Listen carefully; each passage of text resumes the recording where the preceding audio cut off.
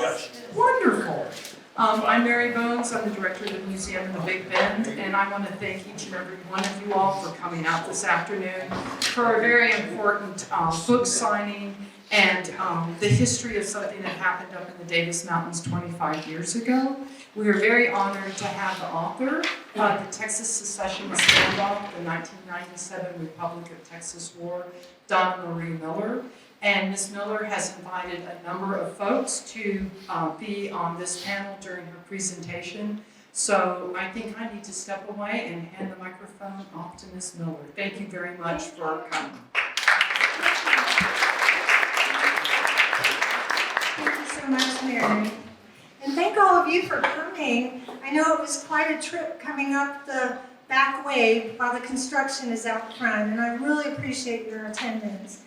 Well, it's sad that Joe Rowe could not be here. He called me an hour ago, and he's in bed, and he has neuropathy in his feet, and he just couldn't make it today, and I'm sad about that. He was held hostage during the standoff, and so this will be filmed, and hopefully Joe can watch this at a later date. But I do have with me two of the Texas Rangers who were at the standoff.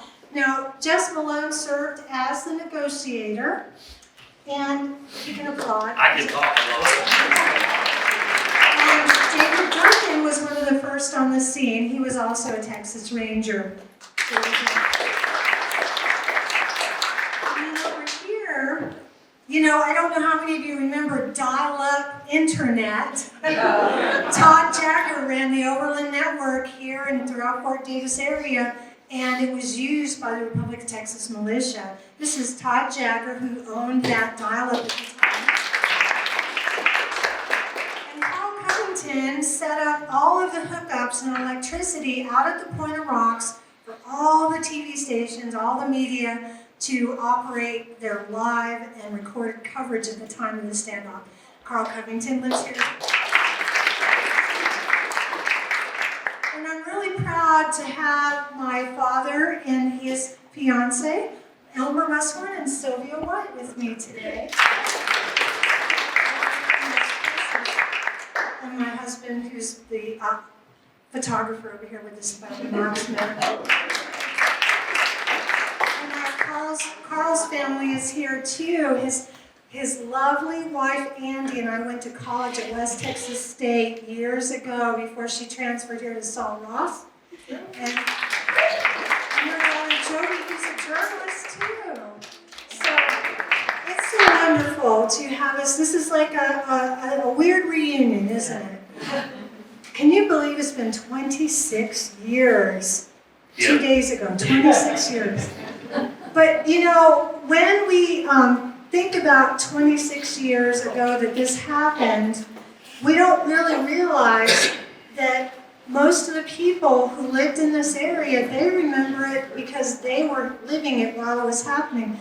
But you talk to people elsewhere in Texas, and they go, I have a vague recollection of that. And it's because it was a successful standoff. It only lasted 7 days, and only one person lost his life.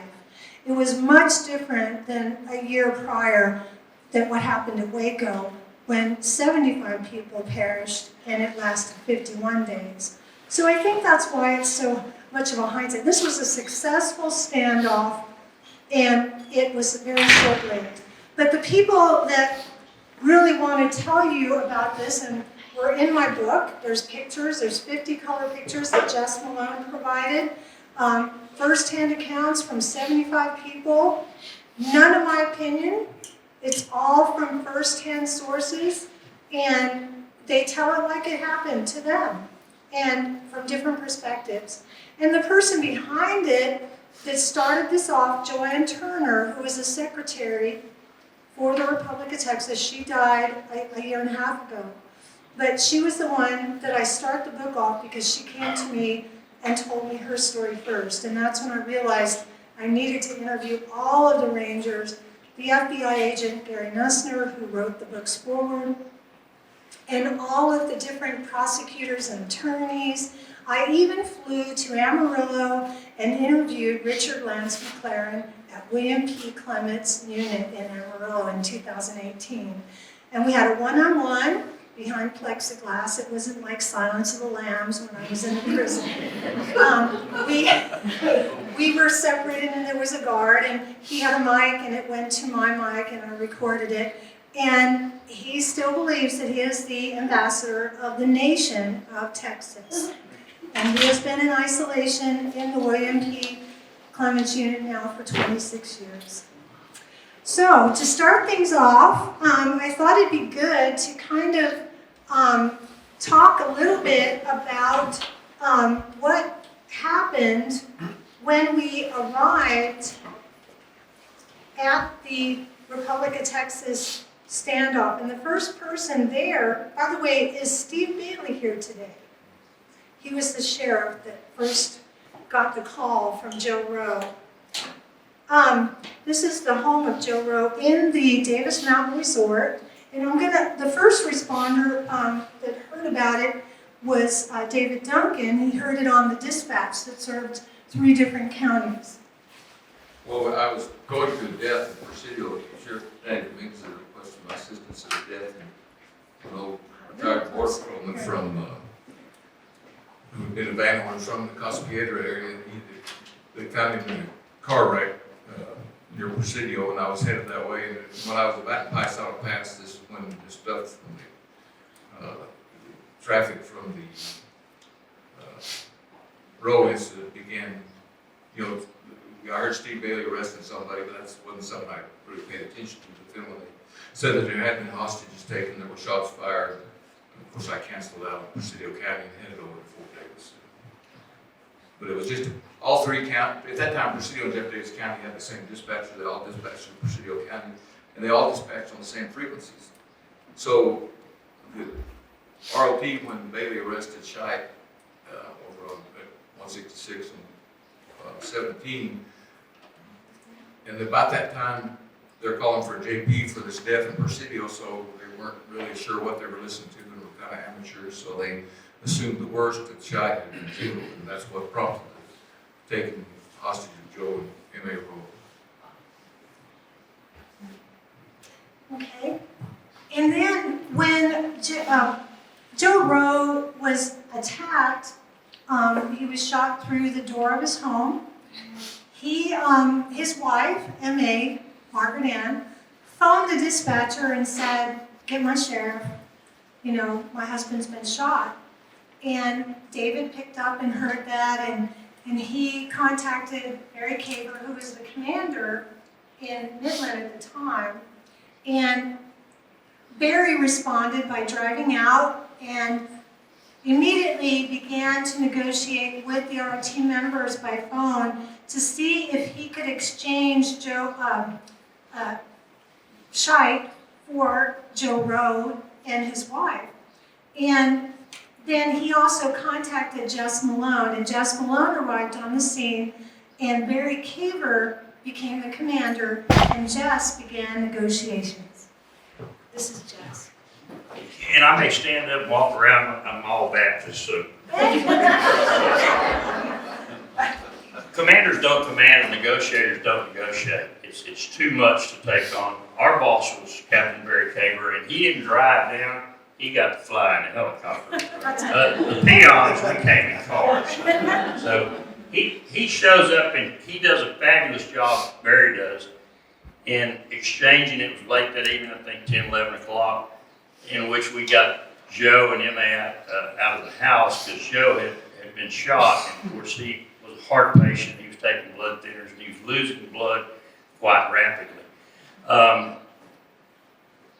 There's a saying in negotiations that you don't exchange hostages, but in this situation it made perfect sense, and the FBI will tell you, and they kind of scratched their head when we did it.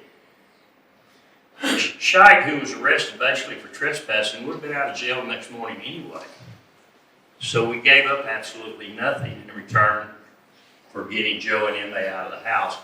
And of course, that's when they retreated back into the far recesses, almost to Livermore, into their compound, and that's when this 6 or 7 day siege began, in which we began talking to him. And we're all from out in this country for the most part, but it's unbelievable. I mean, there's a booger man behind every bush possibly. And our intelligence, we didn't know exactly what we had, so we were just trying to do an incremental approach where we sneak up on them, yet we don't get blindsided or flanked or attacked by them. We had previous intelligence, and correct me if I'm wrong, about meetings there, and I think Dave's going to discuss that with you. One of the things for background on this deal, this was probably within a year of the Waco standoff, and the federal government and the state government were very paranoid about any kind of issue with this. And this is prior to anything that happened here. Just McLaren and his people meeting up there. And there wasn't a lot of good intelligence that we had one person say, well, I had 40 people up there last weekend, and then somebody else said, well, they had 6 or 7, and we didn't see any traffic go by. So a lot of it wasn't known, but the hierarchy in the state and the federal government, with the FBI agent office in Midland at the time, had a bunch of young agents who were go-getters and a good supervisor who was going to retire there. And so he pretty much turned him loose, and we'd all done the background stuff on him with the internet through Fort Davis internet and of course, the phone service, and what we could do with a minimal intrusion. And we, Ranger Jeremy Lopez and I from Fort Stock, we had gone up in there with 2 Jeff Davis County deputies who knew the area well, and we had made a suggestion that we try to slip in there and see what was there, because nobody knew. I mean, you heard different things from different people. You heard they were setting up roadblocks and keeping the people from going to their houses, but then they weren't. And so there was a lot of confusion, I guess would be the best way to say it, prior to the incident with the roads. And at that time, I called Barry when I left, because you normally do know you call your captain, but because there had been some hesitation on the part of high echelon DPS, not Ranger people, prior to that, we knew we had to make some people aware and step carefully. Kind of give you just a brief overview. We were talking about the prelude to this is Waco, and it was a catastrophic failure in the sense that the negotiators and the incident commander, who was Bob Ricks, and I'll say it publicly, the most arrogant man I ever heard of in my life, but I knew Byron Sage, who was one of the FBI negotiators. And just briefly talking about Waco, Byron would talk to them on the inside, and they were good. They were coming out. They were sending some out. There were several came out of Waco before it all turned into fiery inferno. And then you have Bob Ricks, who is tactically sending the army up quietly. Well, they saw the tactical move while the voice is telling them it's okay. And immediately they lost all trust in Byron and Gary. Y'all saw his picture earlier. And so from then on, it was horrible to get done anything at Waco. Jack Harwell was a sheriff. They wanted to talk to sheriffs and know, by God, we're the FBI. And the FBI has its place in the world. And they are some good people and some of my best friends. So I'm not putting them down, but operationally it was a total disaster, a nightmare, and a failure. But and we were aware of that. And Gary showed up, and he's straight up guy said, don't do what we did. Dear God, don't do what we did. And of course, we're the by God Texas Ranger. And I wish Captain Caver was here. He's the most patient man you've ever met. But like most men, they reach a breaking point. And he said, I'm ready to roll in there. God bless Texas. You're pretty tough when you got 300 state troopers behind you and a whole bunch of deputies. But one of the key points of this is and Donna hit on it and Dave hit on it, the government was very paranoid, federal government. There was probably 300-400 federal agents there in a matter of hours. Janet Reno called out there and said, I want to speak to the ranking federal agent in charge, who was Rich Garcia. He was the assistant special agent in charge of the El Paso division. And she told him in no uncertain words, get the hell out of there. Folks, it looked like the end of a West Texas football game. 10 o'clock that night, there was a bumper-to-bumper car. We said, whoa, wait, what, stop. We asked for one representative from each federal agency. The BORTAC group, if you're familiar with that, that's the Border Patrol Desert Warfare Operation Group. You know, one guy from the FBI, one guy from the Marshal's Office. So we would have a point of contact if we did need a resource. But I'm telling you, I never seen much federal agents leave like that in my life. But yeah, it just turned into protracting to be good. The Midland FBI office, the young agents I'm telling you about, and his boss, Terry Kincaid, they did stay. And I think he pretty much told his dealer's boss that they would work with us on a daily basis, that they would stand by to help us, even if they just carrying our coffee to us. So we had to appreciate that. Of course, he retired a few years later, so he could afford to say that. I don't think in today's FBI you can afford to say that. So some of the individual agents on the federal side, when the workflow responded, were just wonderful.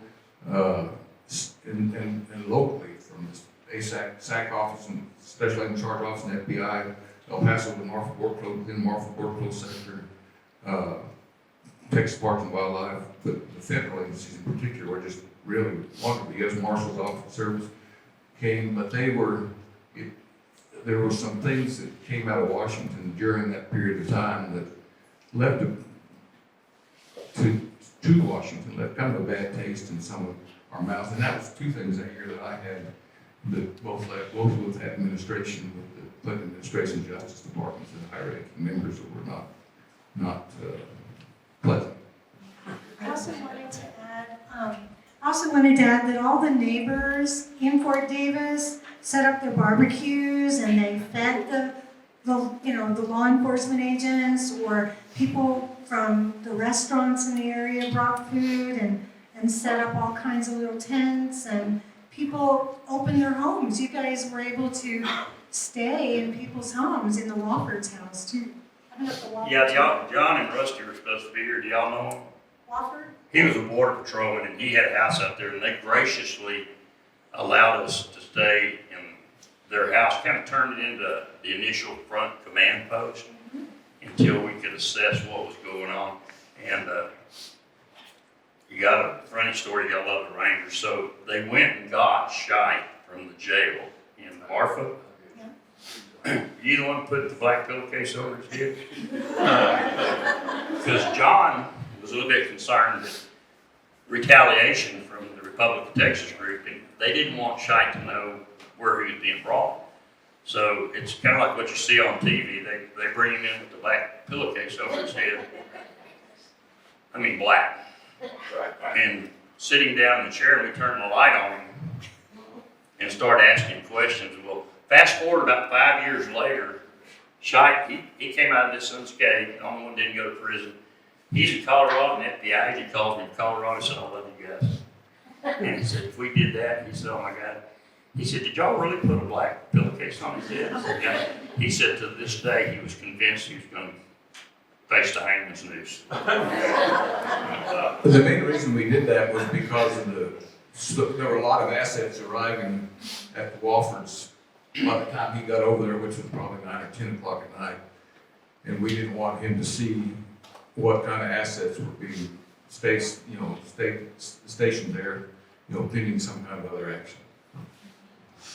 And I want Carl to talk about some of the logistics of setting up that satellite city, because y'all probably already know this, but we use the media, and what David was telling you about the assets, there were certain times where we would wink at the media and tell them there's a big tank coming. Because we actually ordered an M88 tank, which is huge. It's a record for a tank, so that you can imagine how big it is. And so we ordered one, and so we had not cut off electricity, we had not cut off all these things. We wanted to still, because the communications were off again and on again with them. But the media was always going to be there. Carl, you want to talk about that? Yeah. What y'all, I mean, it's amazing. We call it Satellite City. Yes, sir. Why were the roads targeted right off the bat? Because they were, Joe Rowe, if you ever know Joe Rowe, he is very outspoken. I mean, if you feet stink, Joe's gonna tell you feet stink. And, funny story I was telling him earlier, after Joe got out of the hospital and came back out there, Joe looks at me and goes, I know you. I said, I don't know you. He said, I know you. You owe me a ticket. I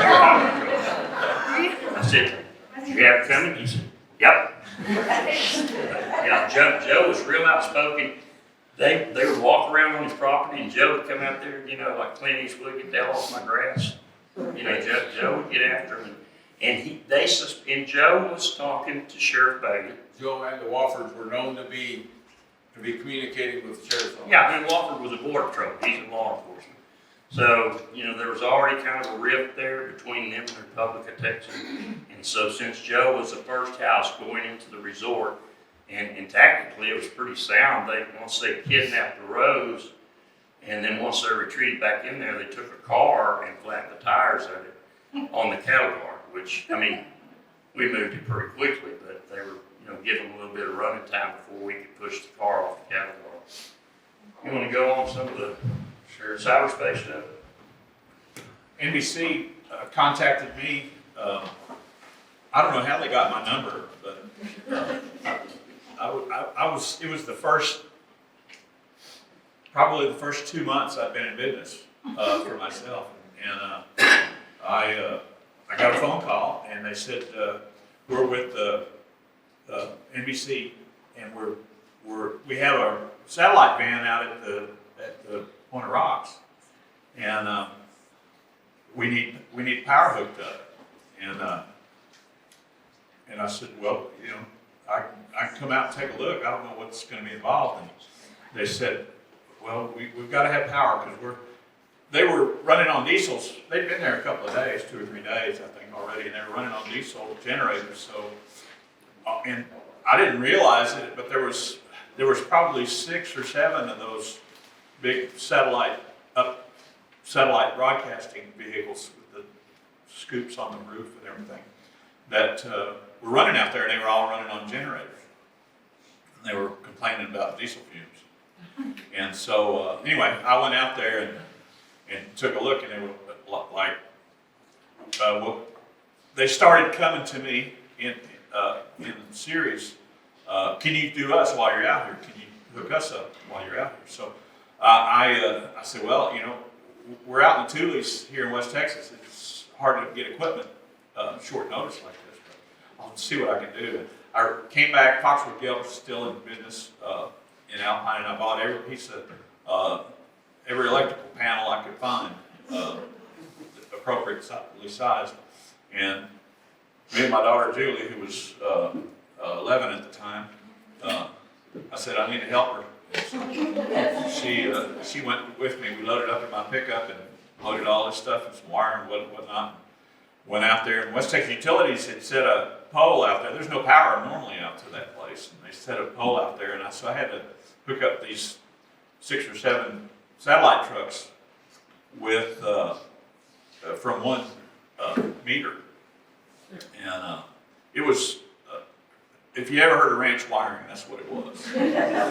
But I was there for late into the night that day, and I can't remember what the date of that event was. But Julie and I got to go. No, I think I took Julie back to town because she was done, and I had to go back out and finish up a few things. And while I was there, it was interesting for me because the NBC people had said, well, we're fixing to broadcast, do our live 10 o'clock broadcast, and you're welcome to come in the truck and watch what's going on. So that's my experience there. Got them all going, and it was fun. After they all left, which wasn't too many days later, they vacated the place.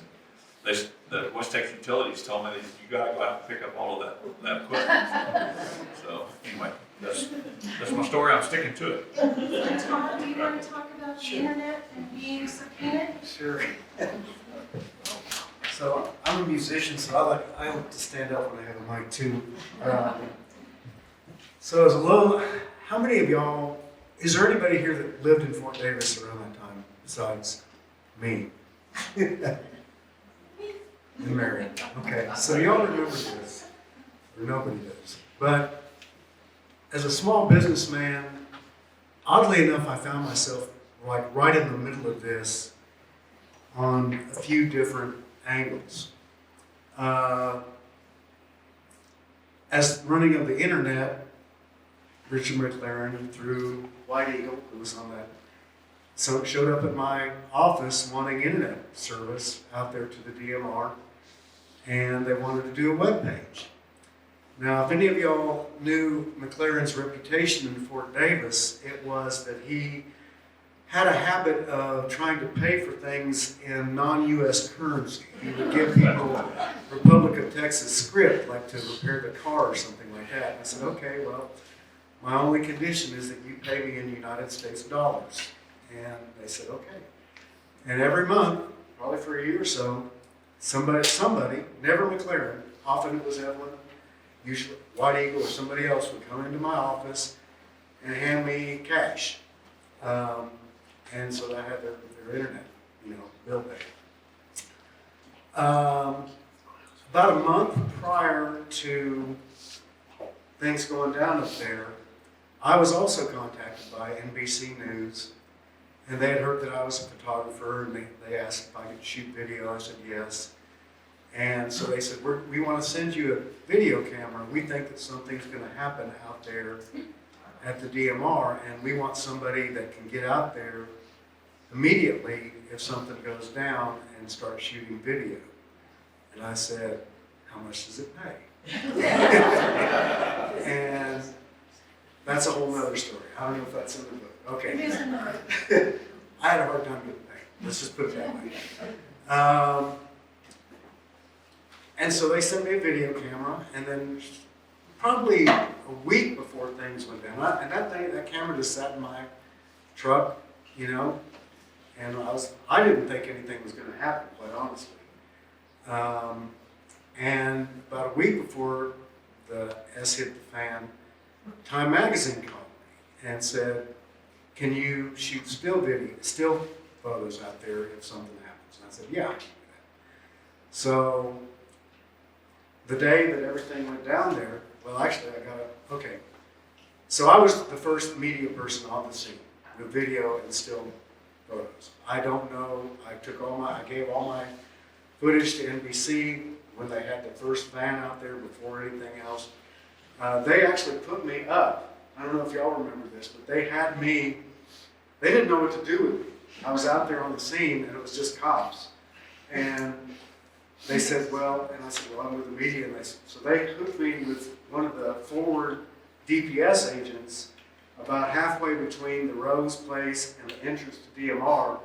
We were sitting along the side of the road, and every time a car would come one way or the other, the DPS agent would be like, okay, get behind that bush. And he was over there looking with his binoculars. And he said, look, do you know how to use a shotgun? I said, yes, I do. And he said, okay, well, I may need to show you how to get it out of the... Love a volunteer. Right, exactly. And so anyway, we were just there. We were probably there for 2 or 3 hours, and, just cars coming and going. And finally, he radioed back to the command center and said, look, I've got this guy here that's been shooting pictures. What do we do with him? And they said, what? We have all the media back here at the Point of Rocks. You need to tell him to get back here and go and be with all these other people. I was like, okay, I'm fine with that. And so that was my media part of that. But I would say it was probably 2 weeks prior to the stuff going down. I sit in my office, in my internet office. I get a fax. My fax machine goes off. And I look at it, and it says, subpoena deuces Tito. I'm like, okay. So I start reading it, and it's from Dan Morales, Attorney General of Texas, through a court reporter, which is odd to me. And it wanted everything that I had around the Republic of Texas. They named the people that they knew, Richard McLaren. They wanted every email, copies of all their, all the web pages that they had done. They wanted to know who had visited the site and what sites they had visited through their internet service. So you gotta remember, the internet was pretty new back then.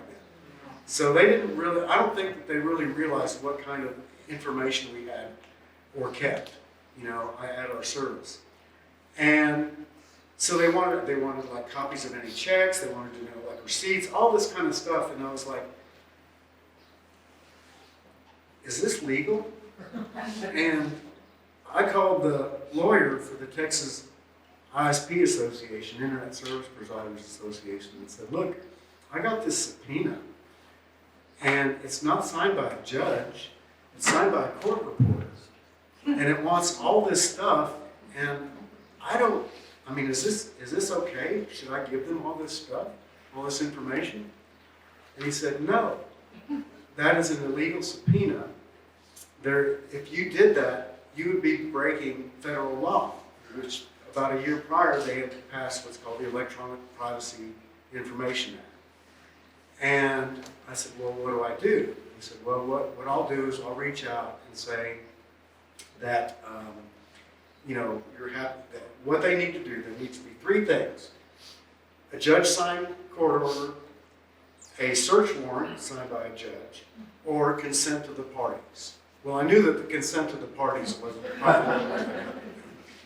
And so he said, I'll reach out and we'll see if we can get you a valid subpoena.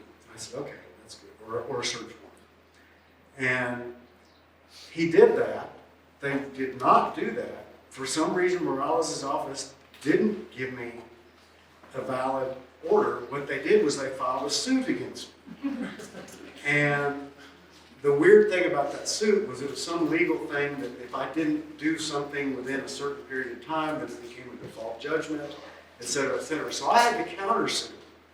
I had to file a countersuit suing the Attorney General of Texas, Todd Jagger, a 2-employee, in fact, I only had 1 employee, me. And so, yeah, so I had to sue that. And then, like, almost immediately after that was when the, you know, things went down up there. And at that point, Albert Valadez, who was the district attorney out of Fort Stockton, he sent me basically, they called me and said, hey, I want you to take down the website. And I was like, oh boy, here we go. You know, I said, look, I'm glad to cooperate. I want to help in any way I can. I just need something signed by a judge, okay? And he said, okay.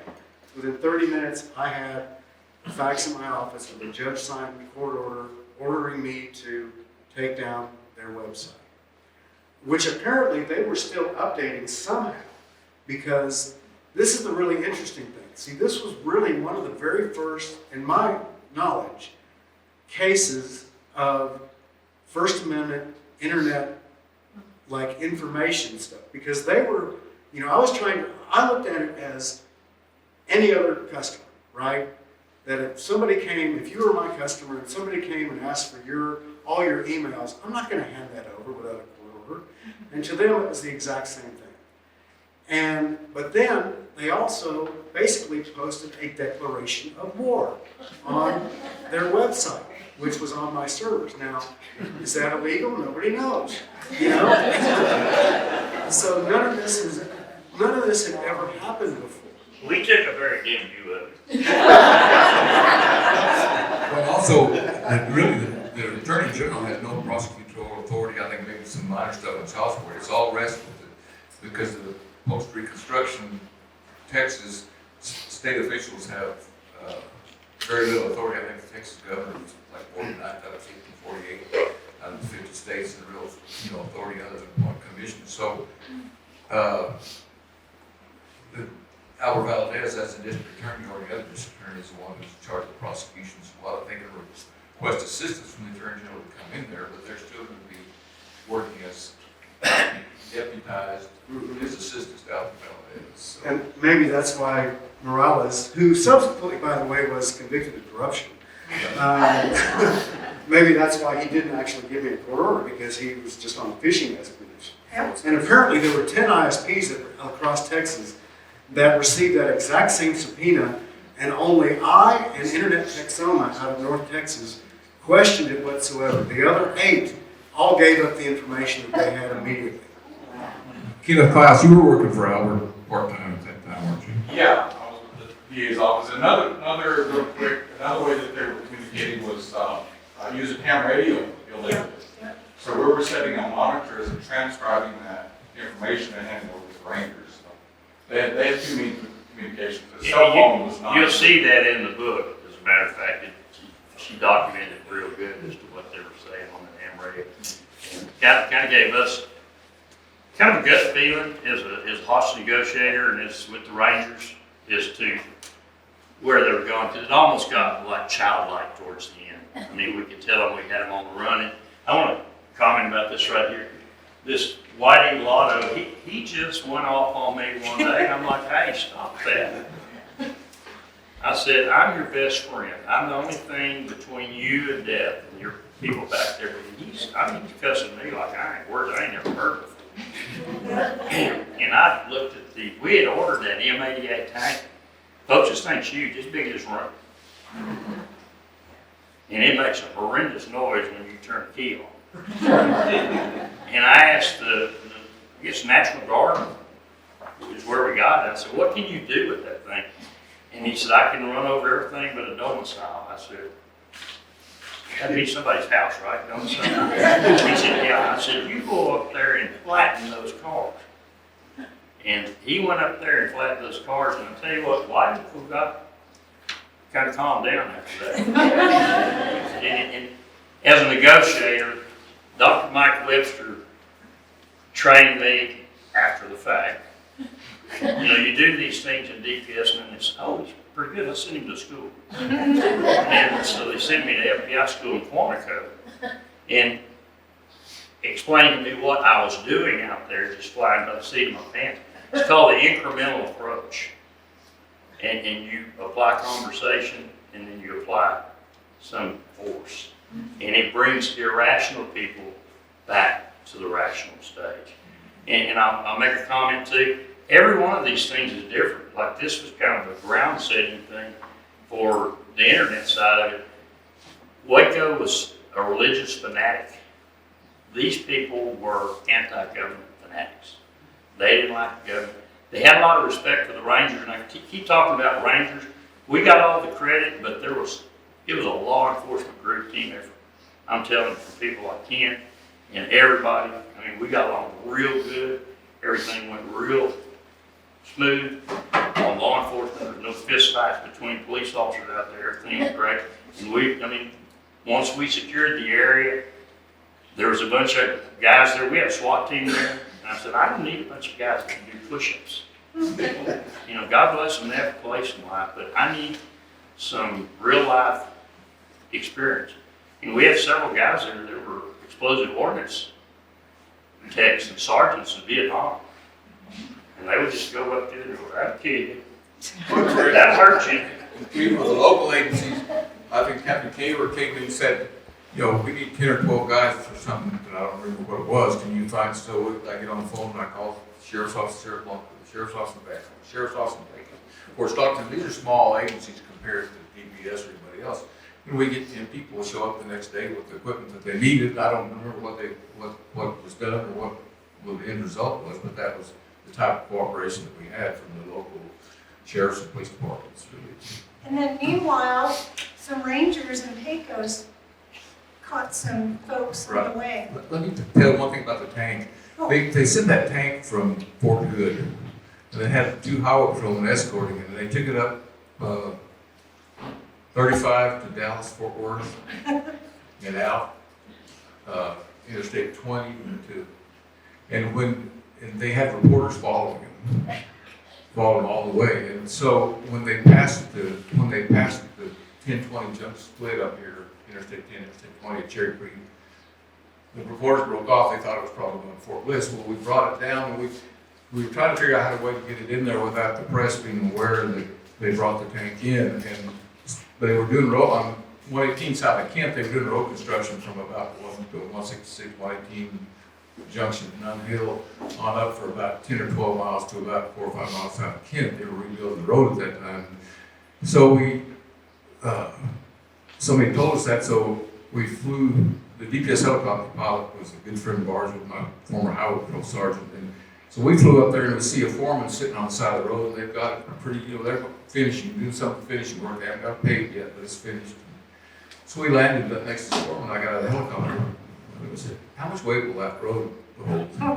I said, well, he said, well, I guess probably 70 or 80 tons. I think they said it weighed Pretty close to that. pretty close to that. I don't remember exactly what the tank weighed. I said, well, hold that? He said, yeah, well, what do you bring here, a tank?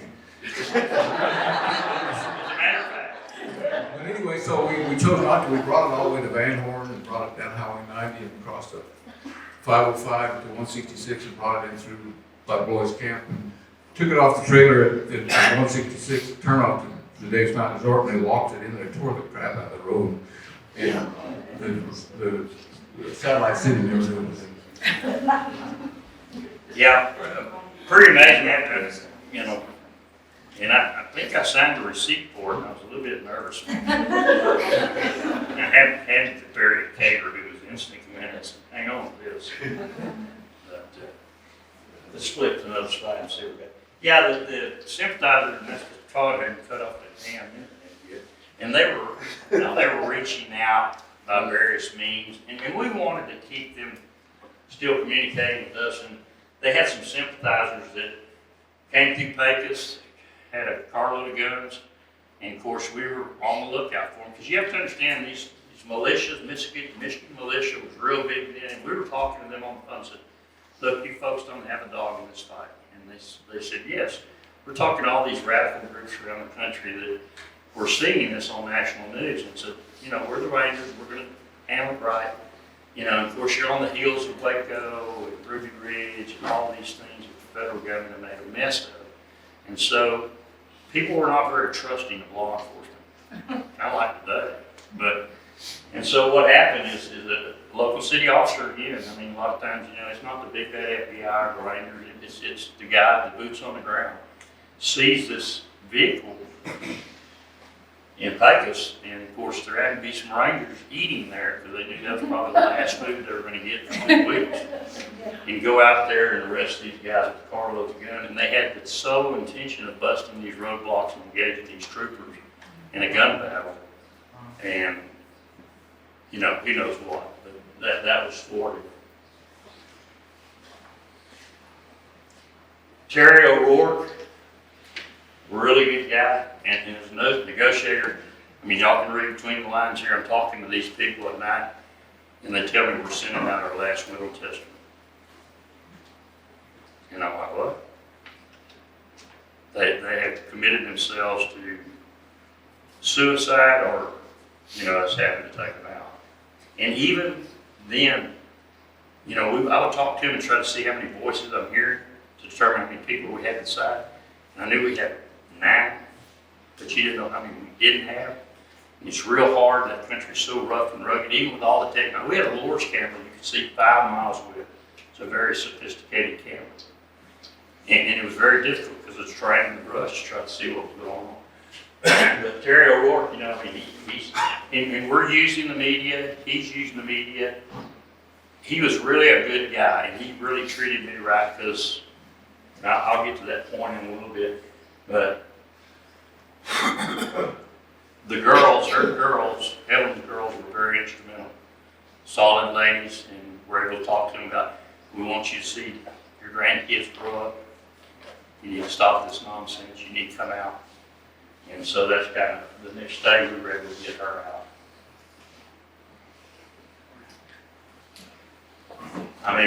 These are all DPS guys right here. Parks and Wildlife was invaluable because they were on the backside of Livermore to prevent anybody from going up that way.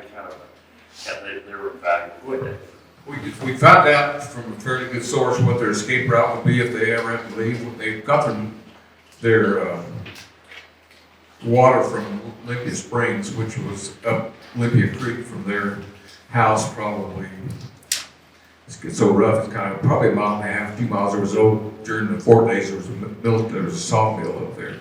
But as the head of Olympia Creek is actually a place called Bridge Gap, which is on the Nation Conservancy there. We had pretty good information that would be their escape route if they were ever to leave, and that's where we was. The Parks and Wildlife Gate here, Texas Game Wardens, you may not realize this, but they're equipped to work outside. they're equipped to be gone for days. Probably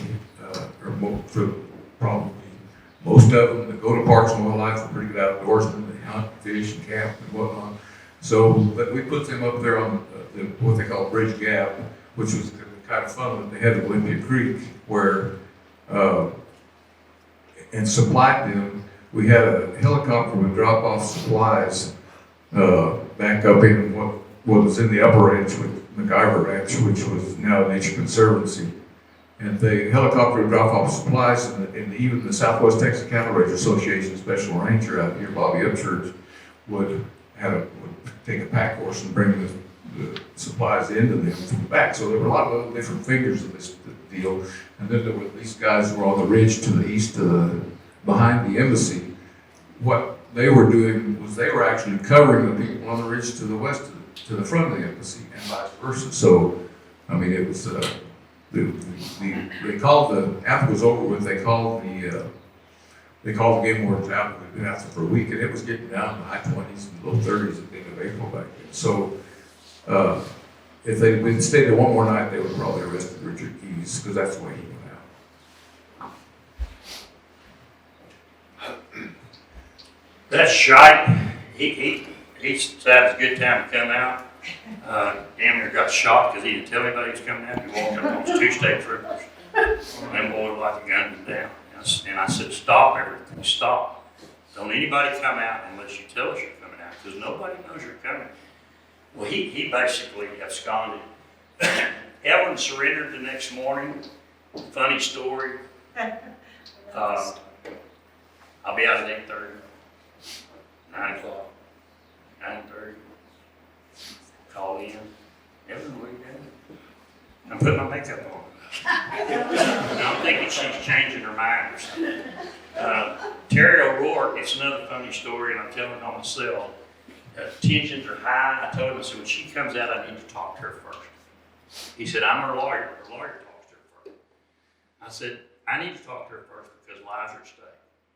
He said, the Constitution, I said, the Constitution has been suspended. He looked at me kind of funny, and I said, see them 2 big state troopers? If you don't like it, they'll take you out here. And he kind of looked at me, and the next morning he was on Good Morning America, and I'm going, please don't say that. But yeah, he worked with us, and we just talked to her, and and you notice I have my hat off. I do that for most ladies, and I did it for her because she's a lady. And it resonated with her. She called back inside and said, man, you guys aren't as bad as we think they are. So they treated us real nice. They treated us respectful. You know, we didn't have the SWAT team rub our nose in the dirt or anything like that. It was very, very simple, cordial. We got the information we needed from her, let her call back inside, and then it started pretty much dissolving there. Other than the 2 Keys and Matson that ran out the back. That shot, it's funny, it looks like Captain Caver's picking his pocket. He actually has handcuffs on, he insisted shaking hands with the captain. That's Duncan and I's boss, and good for him.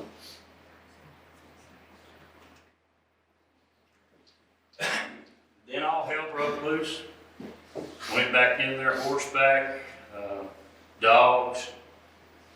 And these dogs, TDC tracking dogs are taught to do nothing but to track. They don't have an attack. Back then. Back then. They changed. Oh, Yeah. But you want to talk about go it? ahead. Yeah, they will just catch you, tag, you're it. They won't bite you. They wouldn't back then. And TDC has strict guidelines. They can't use them on juveniles and certain situations and stuff like that. But this situation, you know, they came to our rescue. And I can't tell you enough about God bless Texas and living in Texas. Now we got the prison system involved and the resources there with the dogs and the horses. You know, the game wardens. I can't give credit to enough people. Yeah, the Rangers got all the credit. If it went bad, we'd have got all the blame. But thank goodness we had these guys to help us. And Sugar, they shot Sugar. And that was not good when they started shooting dogs. And then they started shooting at us. And Matson primarily.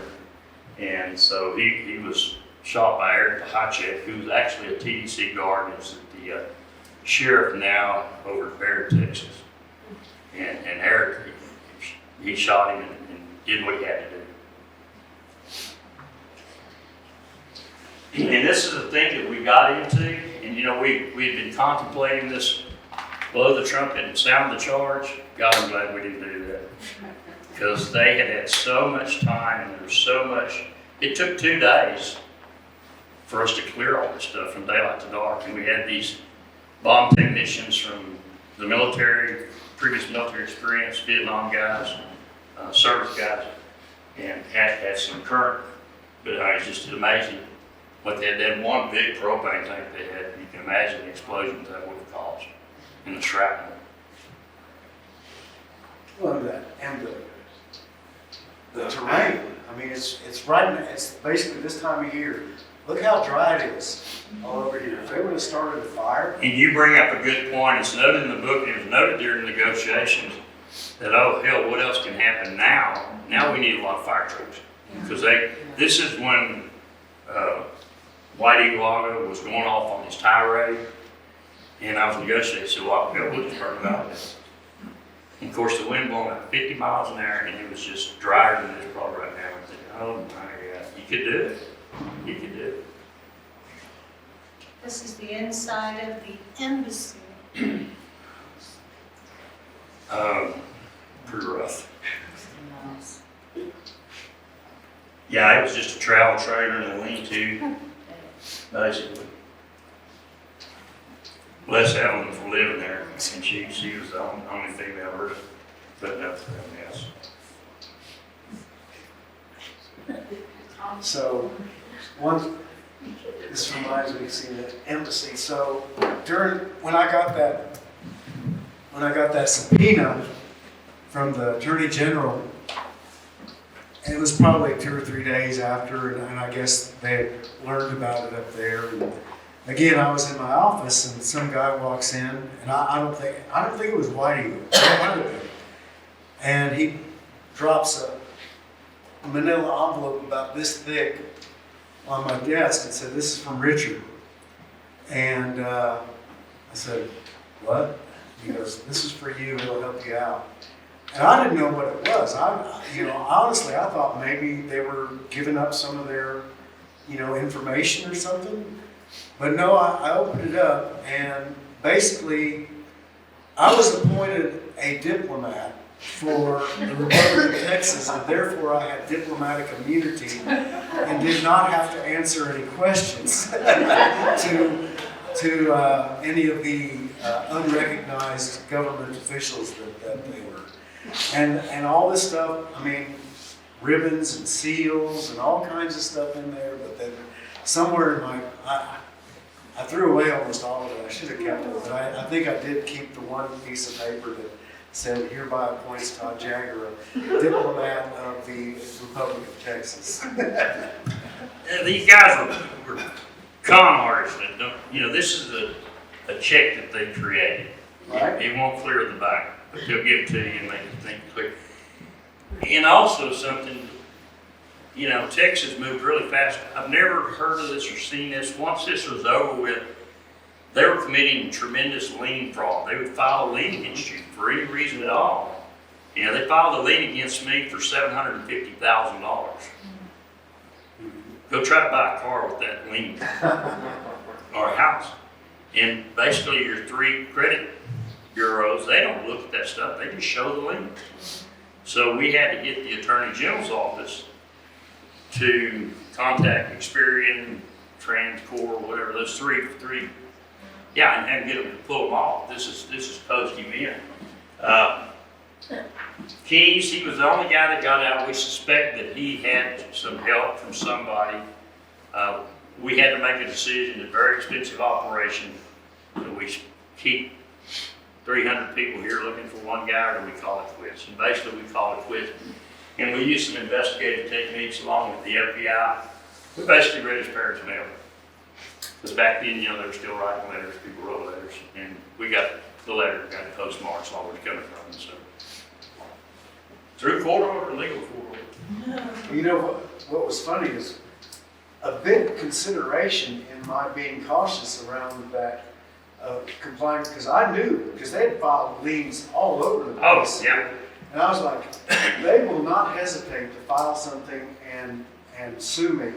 And if I'm on the wrong side of that federal law, I will lose that lawsuit. Yeah, and the state of Texas enacted 3 felony laws addressing this type of activity. I've never seen them move that fast in 3 weeks. The state legislature ends at the end of May. You see when this was, in 3 weeks we had contacted them and they were all on board. To stop this, it was just like identity theft on steroids. I mean, once you get a lien on you, it is a booger bear to get off.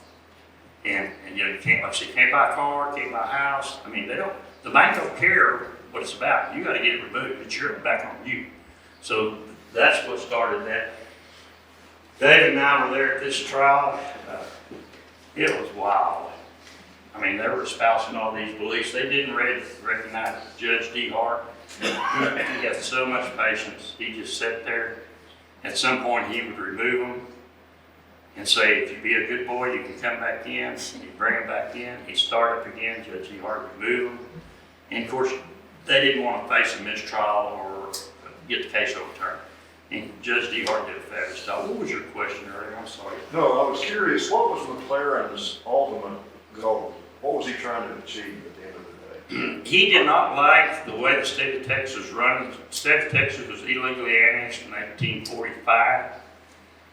And of course, you know, that was one of our selling points. The Texas Rangers were created in 1823, our 200th anniversary this year. And therefore, he kind of recognized us. In talking to him, we had some respect with him. But at the end of the day, he was just a scam artist. Want money. I also want to add to that. Sure. When I interviewed Richard McLaren, he kept saying, you know, that Texas was illegally annexed. And certainly we've heard that over the years throughout Texas.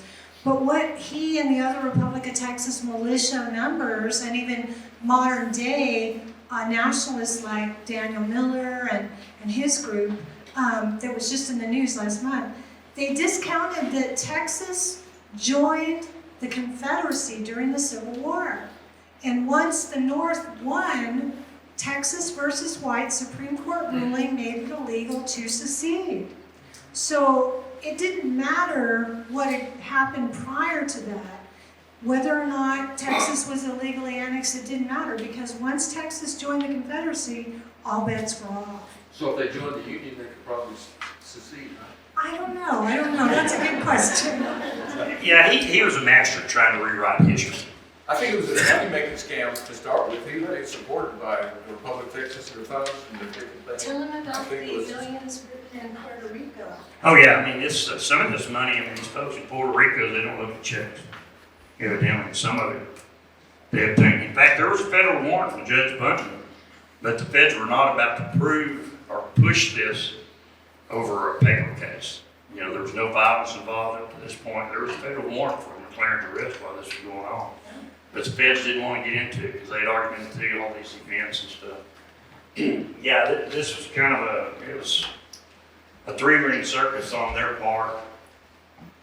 And there's kind of the, what's happened to him. I guess Karen has been deported now. I mean, this poor girl was out there and she was waving the banner and she got 30 years. Don't come to West Texas if you want to start this nonsense. Also, in particular, were people who were on their last leg. In today's world, they'd be homeless. When he'd been in the military for a little while, I can't remember if he was honorably discharged or not, but they were, you know, they weren't unpleasant to talk to. They thought McLaren was an idiot too. But I'm not so sure about Harlow and Shite. It might have been this, you know, they were, DPS intelligence went to a lot of ROT meetings way prior to this, and they said, you know, you go in there and you said there's some people in there that are obviously idiots. He said there's a lot of people who are just kind of like us, you know, middle-aged, you know, longer you live, you know, you're going to be mad because you thought you paid too much income tax one year. Yeah, I mean, that was one of the selling points when I was talking. They're like, we don't like paying taxes. We don't like having to get a driver's license. We don't have to go to work. I said, hell, I don't either. And I said, but until you find a better system, you know, we got to play by the rules. And that was something too. I say, okay, there's such a thing as a castle doctrine. Everybody's heard of this. A man's home is his castle. And I said, you people went to Joe and M.A. Rowe's castle and broke into their house. Is this not resonating with you? You know, and you're trying to justify it from these anti-government beliefs. You can't justify that. So just to clarify, the way that they got this law enforcement barrage brought down on them, if you could just briefly review, how it came from a disgruntled group that wanted to secede from the state to all of a sudden we got tanks and military moving in on them. How did the steps happen? It was started with the kidnapping of Joe and M.A. Rowe.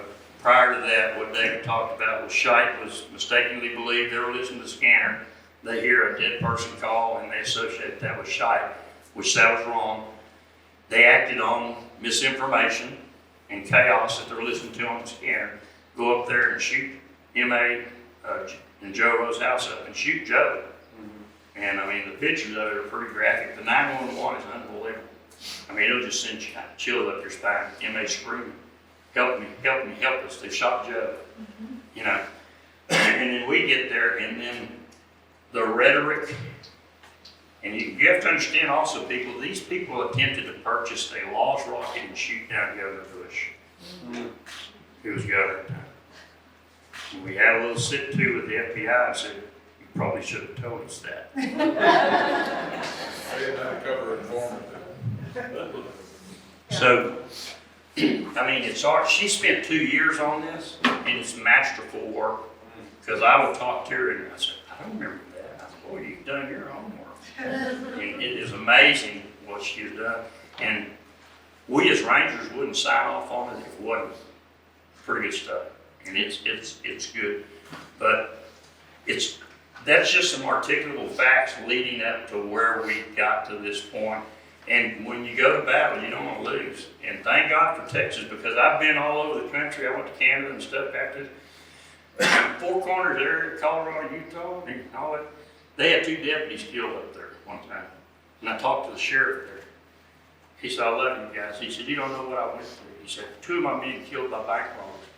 He said, I got 4 Indian tribes. I got 4 states. I got 4 state polices. I got 4 sheriff's offices. And he said it was a cluster for 2 weeks to get these guys caught, because you can't come on my reservation. We're Indians. You know, you can't come into my state. I'm the sheriff. You know, there's not a team effort, group response like you saw in this and events in Texas. You know, with local law enforcement, Texas law enforcement involved. One thing I think too, that prior to this, all this, Richard McLaren had been, the Rusty Walker's grandfather, Skinny Friend, owned the resort. He sold it to somebody. You know who that was, Tom? I can't remember who. But Stuart Title was the one that handled the subdivisions and the titles. It was back in the 70s. Stuart Title, I think, is out of Rockport or down on the coast somewhere. Did you cover that in the movie? Yes. Anyway, he had a lot of, he got mad at Stuart Title or something, and he had filed liens against them and court documents and different things. He had so much of the property tied up in Jeff Davis County in the resort and some places, other places where Stuart Title had messed with Stuart Title at other locations in the state. It wasn't just Jeff Davis County, best I remember.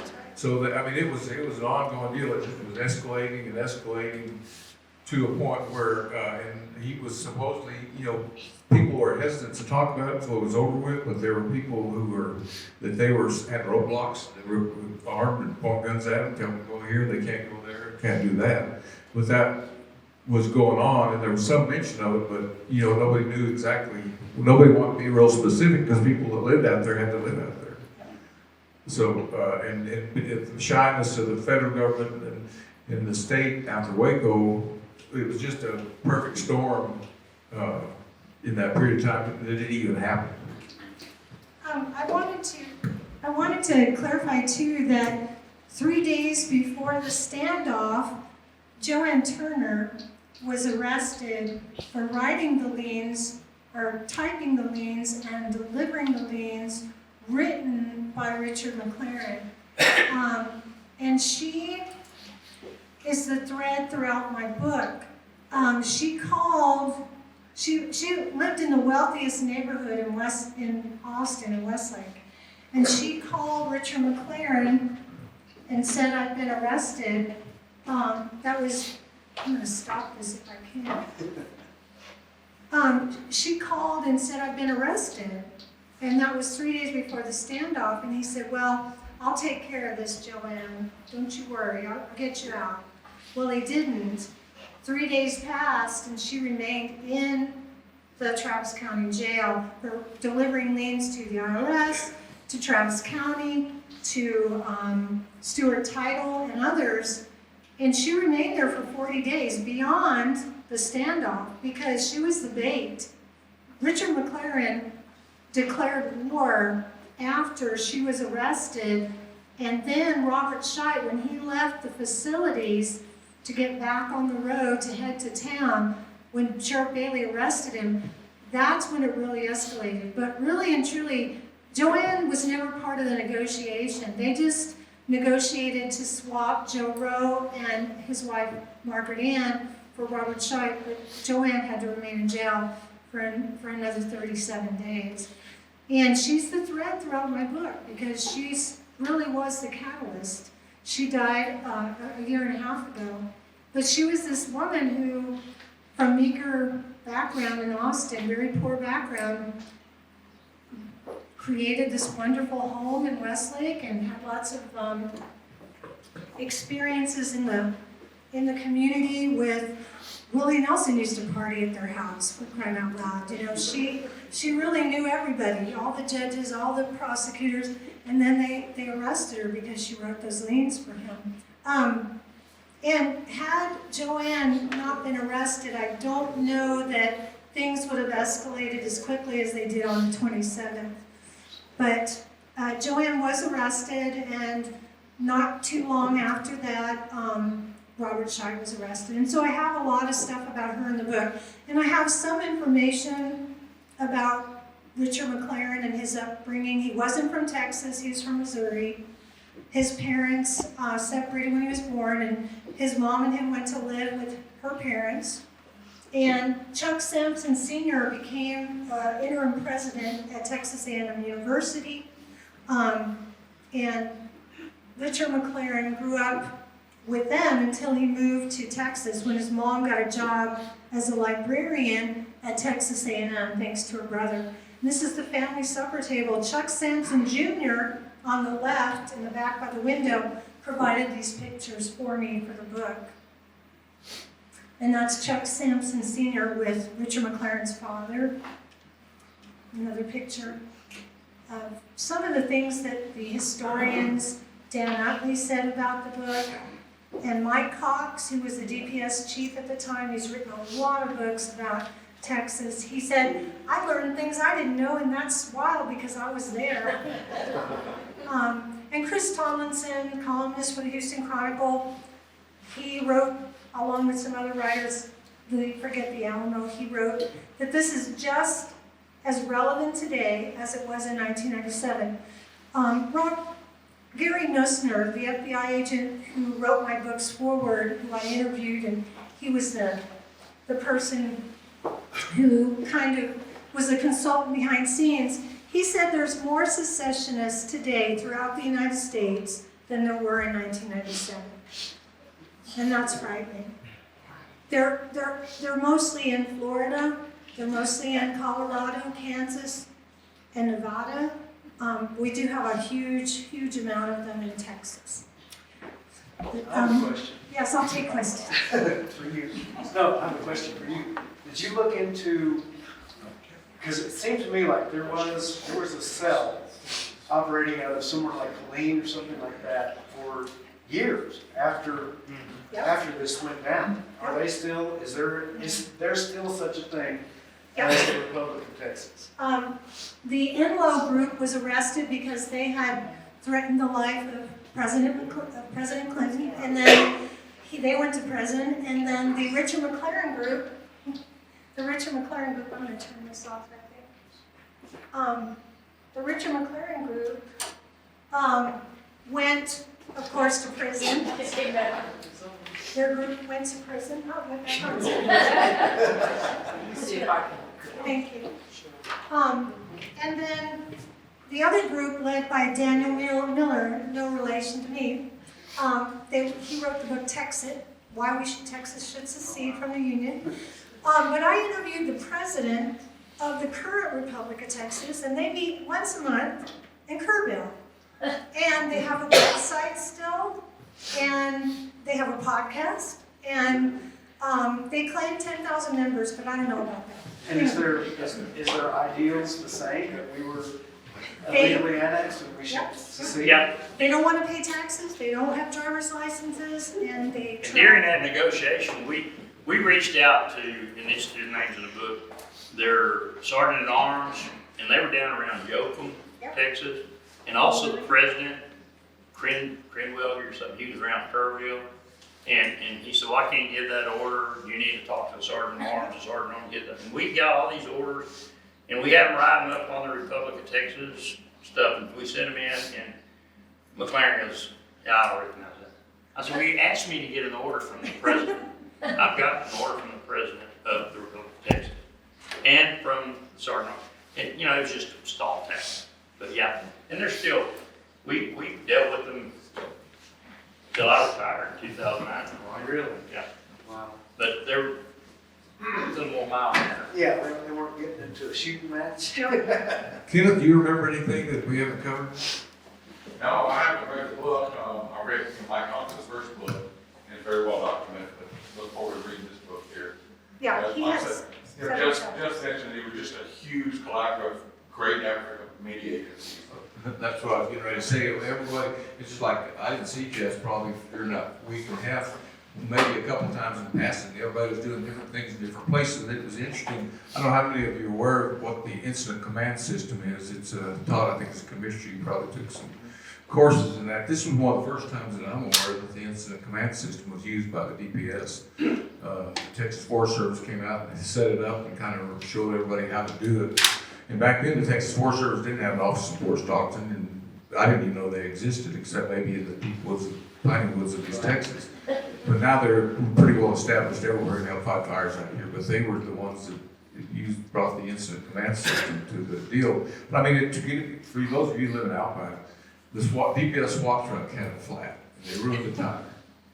And just it's little things like this. Well, what do you do with that? They're stuck up there, they need a tire. But they're engaged, so they can't come down here with a purchasing card to buy.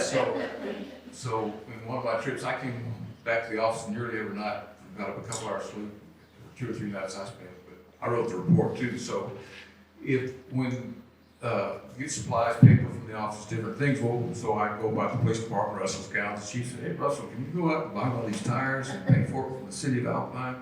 And we'll write your purchase order when all this is over with. So they graciously did.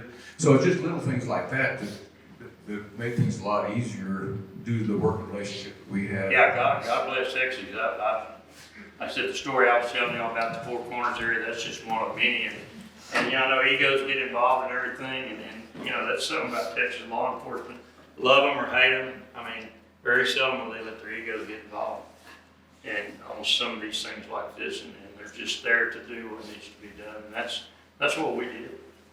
And really, realistically, 95% of your law enforcement duties are performed by your local police departments and sheriff's offices, particularly in the small areas. I mean, well, the federal agencies, the state agencies, if they defunded all of us, your local sheriff or your chief of police will end up answering the call. You may handle it different than we did, or may not, but they'll answer the call and try to do something. So, like them or not, that's where it comes from. Are there any other questions that you have? Yes, I can have this, Mary can bring the mic back because we're being recorded, I'll let you talk. And there was a question. Oh, is it I back? think I can almost make it to the sister. That's the end. Here you go. Thank you all very much. And I might have misunderstood this, but I thought you gentlemen mentioned that like NBC had contacted you over a month or more before. How did the media know these things ahead of time and have inclinations to send you, something's... Honestly, I have no idea.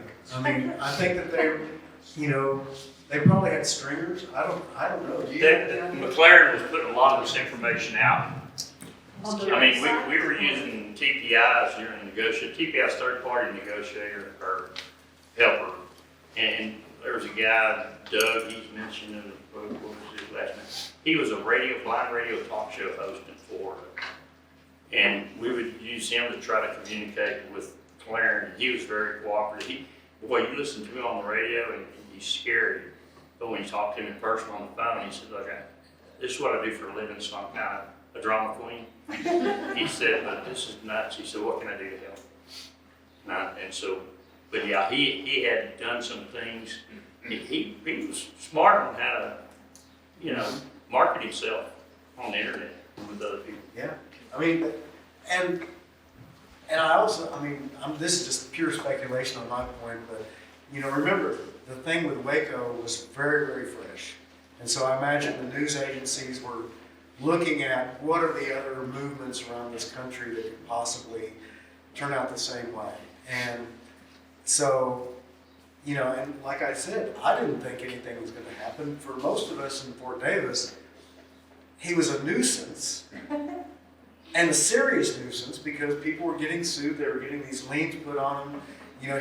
He could really mess with your life, and we took that seriously.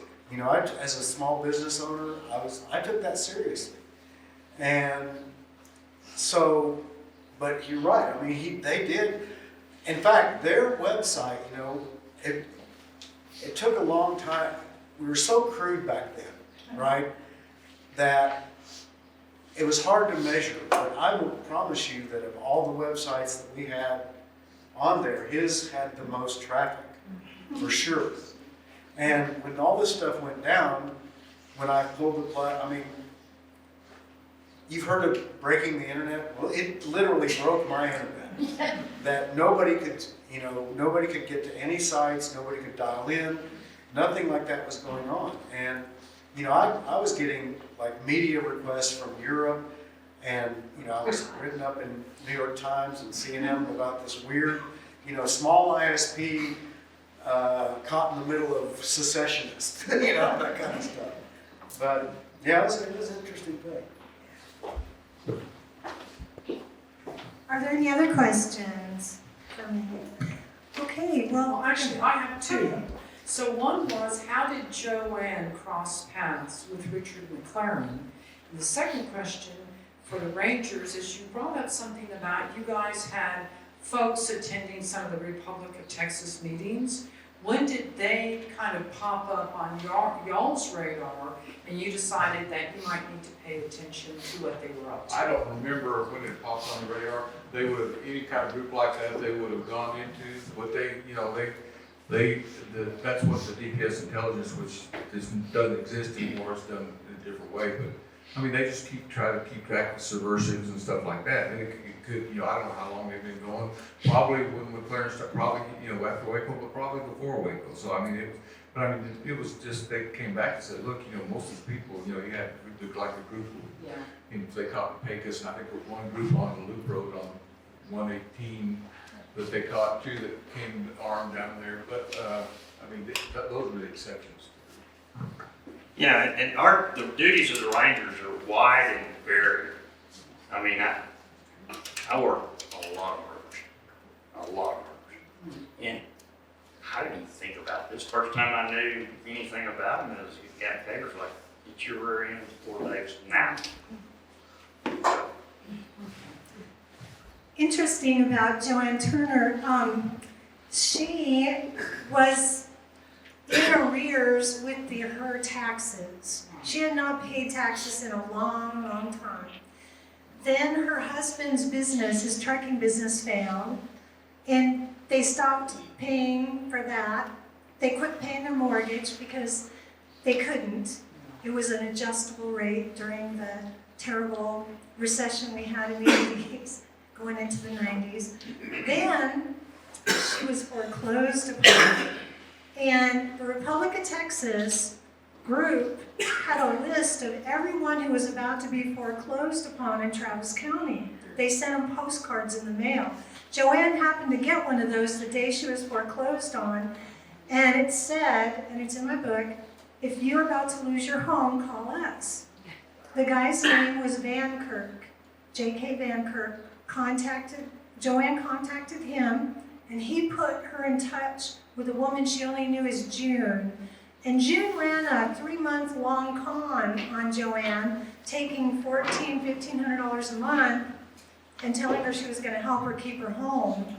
But at the end of 3 months, Joanne realized this woman wasn't going to do anything, got back in touch with Van Kirk, and Van Kirk said, let me send you Richard and his wife, Richard McLaren and his wife, Evelyn. And so they came to her house.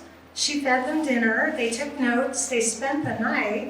They left the next day and said, we're going to help you keep your house. Well, a few days later, 5 semi-trucks and the constable arrived at her house and cleaned out her house. She lost everything, even her baby photos. They took it all to auction.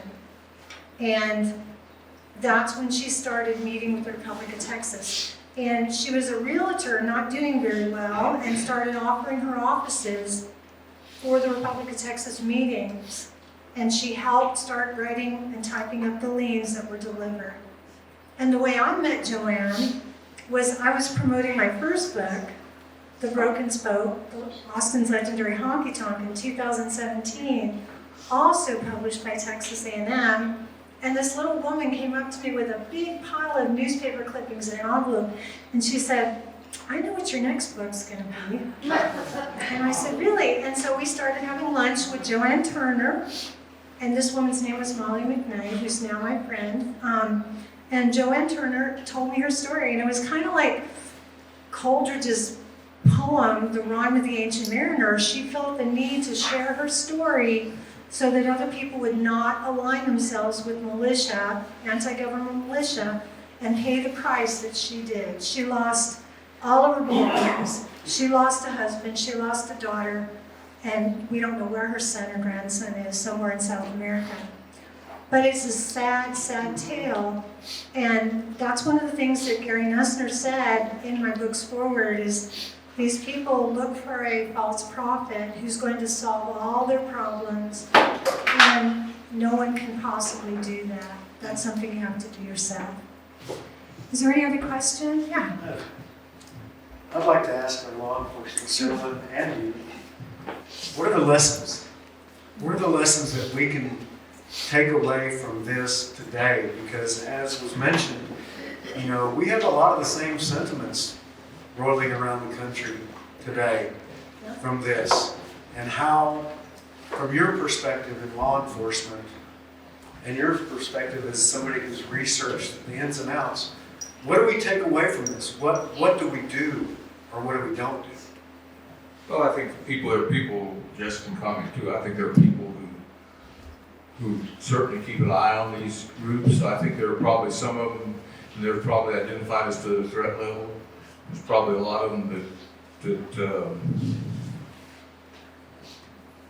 might as well be the local shooting club or the local Lions club or something like that, something similar. And then there might be some affiliated groups.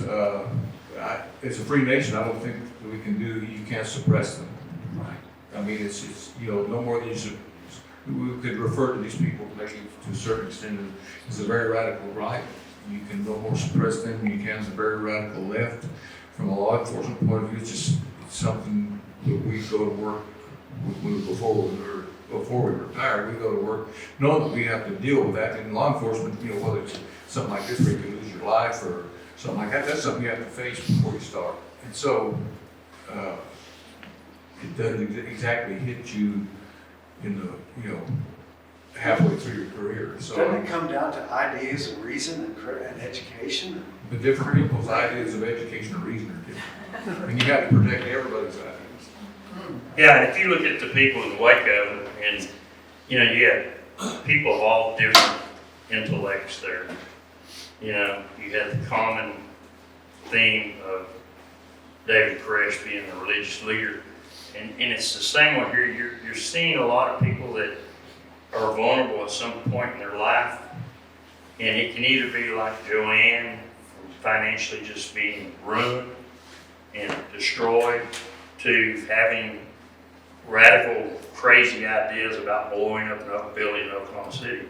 And it's, one size doesn't fit all. You just don't know what you're going to be having to deal with. But, you know, the theory of negotiation and everything was in play at Fort Davis. We were at El Dorado, the polygamy standoff in 2008.